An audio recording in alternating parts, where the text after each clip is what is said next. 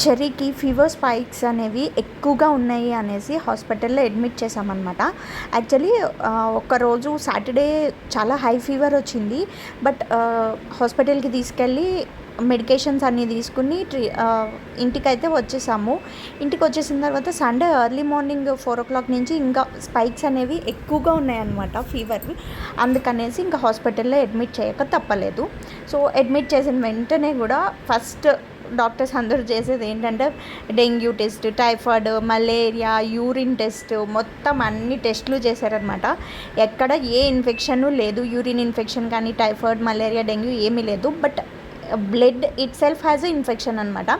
బ్లడ్లో ఇన్ఫెక్షన్ ఎక్కువ ఉండి ఫీవర్ స్పైక్స్ అనేవి వస్తున్నాయి అని చెప్పేసి అన్నారనమాట. థ్యాంక్ గాడ్ ఇంకే ఇన్ఫెక్షన్ లేదు కాబట్టి.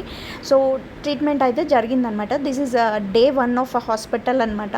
సో ఇంట్లోనే లంచ్ అది ప్రిపేర్ చేసేసుకుని ఇంట్లో వర్క్స్ అన్నీ కంప్లీట్ చేసుకుని వెళ్ళాను. అండ్ దట్టు చెర్రీ ఒక్కడే కాదు, ఇంట్లో అత్తయ్య కూడా ఉంటారు కాబట్టి అత్తయ్యకి కూడా చేసుకోలేరు.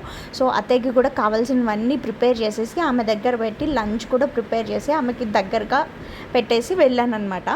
అండ్ హాస్పిటల్కి వెళ్ళిన తర్వాత చెర్రీకి ట్రీట్మెంట్ అంతా స్టార్ట్ అయిన తర్వాత కొంచెం యాక్టివ్ అయ్యాడు. He is not completely recovered అయితే కాదండి, కొంచెం యాక్టివ్ అయ్యాడు.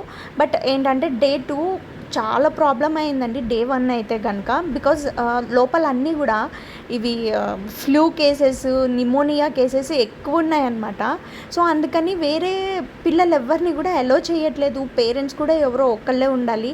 బట్ అన్ని కేసెస్ ఉన్నప్పుడు కిట్టుని కూడా నేను అటు ఇటు తిప్పడం అనేది కరెక్ట్ కాదు అని అనిపించింది అనమాట. అండ్ ఇంట్లో అత్తయ్య చూసుకోలేరు బికాజ్ ఆమె కూడా ఒక పేషెంటే నాకు. సో అత్తయ్య చూసుకోలేరు కాబట్టి కిట్టుని ఏంటంటే నేను మా హస్బెండ్ హాస్పిటల్లో ఒకళ్ళు ఇంటి దగ్గర ఉండి అట్లా మేనేజ్ చేసాము.